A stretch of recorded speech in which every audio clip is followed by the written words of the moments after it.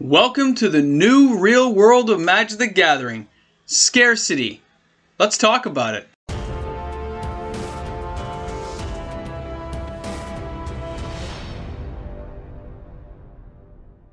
Hey guys, welcome back. MTG Moxman here. If you are new to my channel, you somehow found me out there in the Wild West world of Cyberland, YouTube's pizza. Well, thanks a lot for tuning in. I hope you enjoy my content today. Alright guys, guess what? I am on 7 days a week if you found me here, okay? I am on Eastern Standard Time, 11:15 every single day, 6 days a week. And on the 7th day, which is the Sunday, visiting in-laws and family and friends, and I'm kind of moving about the town a lot, you will find me anytime in the afternoon after 7 p.m. Eastern Standard Time. So I look forward to tuning in to you guys every day if you're new to the channel. Join the fun, hold the line on those reserve list cards.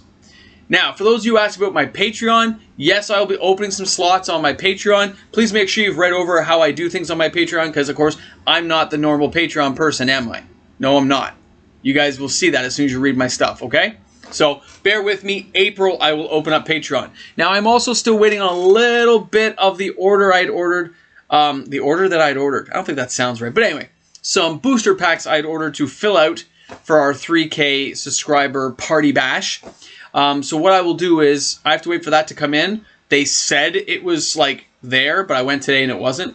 So, hopefully I'll have it tomorrow. And then hopefully I'll have my video prepared by the end of this week, okay? My patrons, I've left you a note. Hopefully that will still hold true if you're one of my patrons, okay?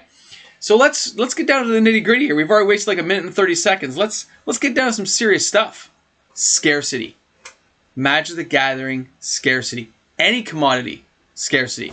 Any resource, scarcity. You saw me holding this. It's alliances. 45 packs in a booster box. But how many are left in the world? We're going to be opening these. People are going to pay me, and we're going to open old packs. It's going to be awesome. But think about it. How many are left? When I open these packs, there's a few left, right? When I open more packs, there's even less left. And it gets lower and lower. That is scarcity. Now, when we look at the definition of scarcity, because I like to give you guys definitions to understand, what is scarcity? Scarcity refers to the basic economic problem, the gap between that is scarce resources and theoretically limitless wants. The situation requires people to make decisions about how to allocate resources efficiently in order to satisfy basic needs and as many additional wants as possible. Any resource that is non-zero cost to consume is scarce to some degree. But what matters in practice is relative scarcity. Scarcity is also referred to as paucity, whatever that one is. Anyway, scarcity, hard to come across resources. You saw my thumbnail and you realize the choices you have in buying reserve list cards is getting smaller. I did a video a couple of weeks ago that showed an oasis with a small pond. That pond is basically dried up. Okay, there are very few cards out there for sale, and the ones that are kind of freaky to look at. They're either altered, which you didn't want. They're different languages you didn't want. They're slabbed, and the price doesn't fit with you. As with any resource you deal with, you are going to find that these resources get more and more scarce, which drives prices up. That's the basic economic engine, okay? Now, what happens is, as these things dry up, you can choose as a consumer to buy or not buy. Remember, you're taking advice from a guy in a basement, having magic cards dropped on him. He's afraid he's going to run over now. And I'm not a financial advisor, so I'm not giving you true advice, am I? You got to go to a financial advisor to get true advice. I'm telling you that when you look at this, in my opinion, Magic's only going to continue to get more expensive for older product. Now, I want to find that pack because, you know, we don't want planar chaos hitting the ground. We don't want to lose our planar chaos in the chaos of reality.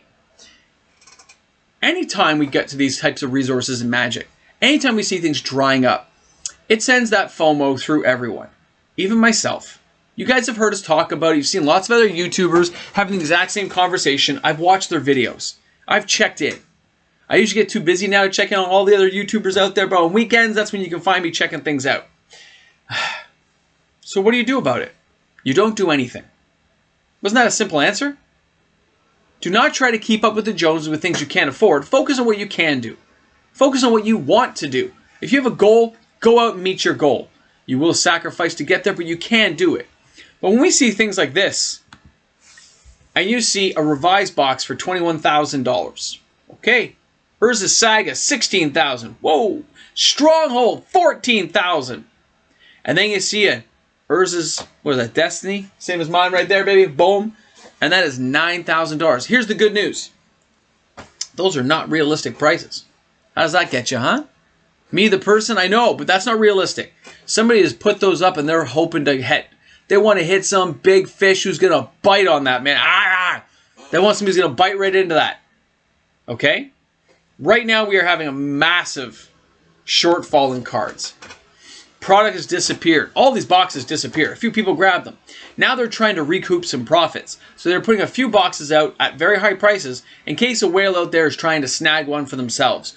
Or to have that prestige factor of saying you have a box.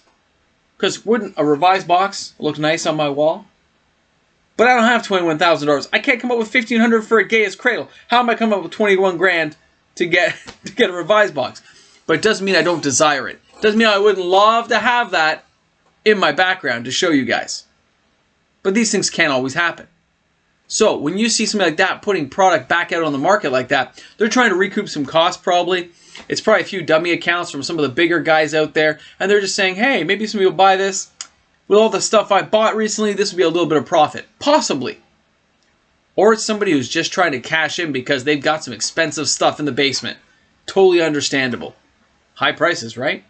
Now, the funny thing to watch is if you want to look, check eBay out, check those out, and then see in the next 10 days if somebody puts one at a cheaper price by $500-600.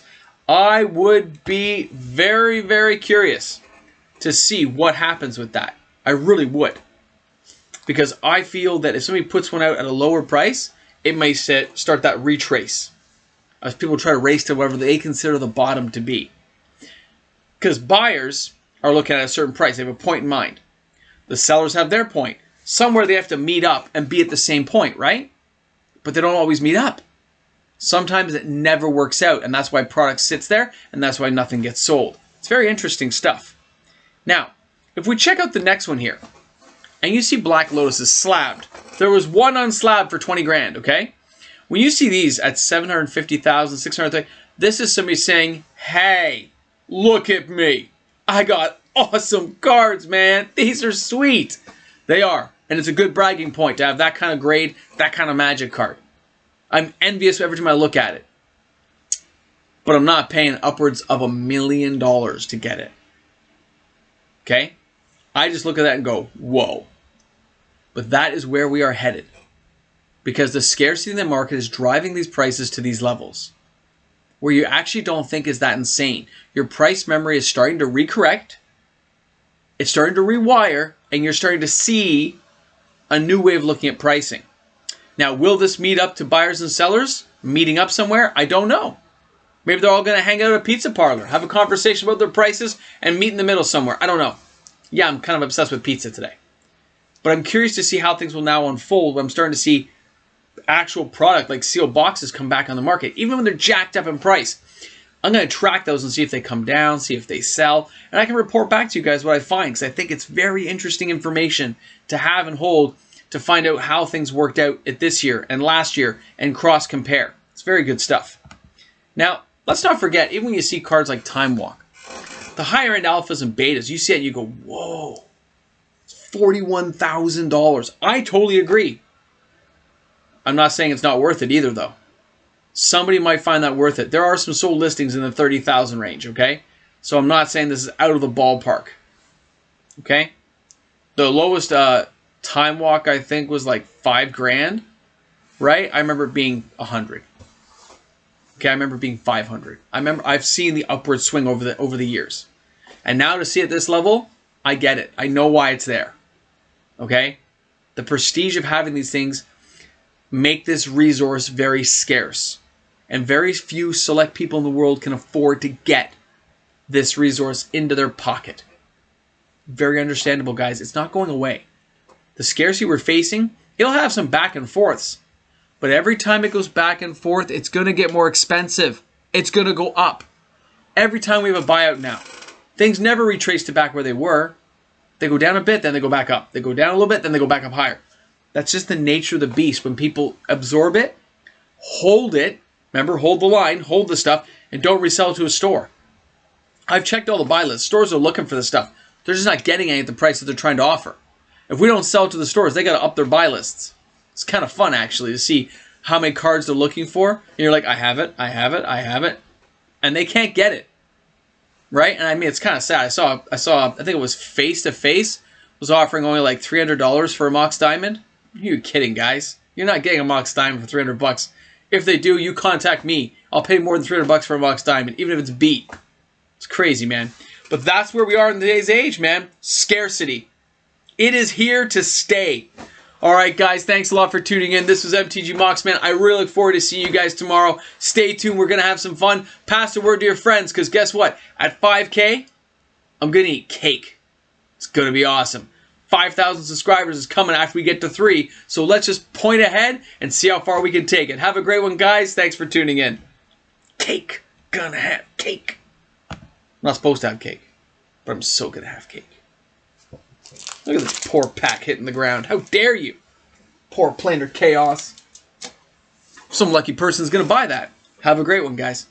Hey, guys, big shout out to my patrons. Thanks a lot, guys. I love you guys. You're all awesome. We're awesome. Remember, shop smart, shop S smart. Remember to have a burger, some fries, and of course, nachos and cheese with some jalapenos on the side. I look forward to see you guys tomorrow. Have a great one.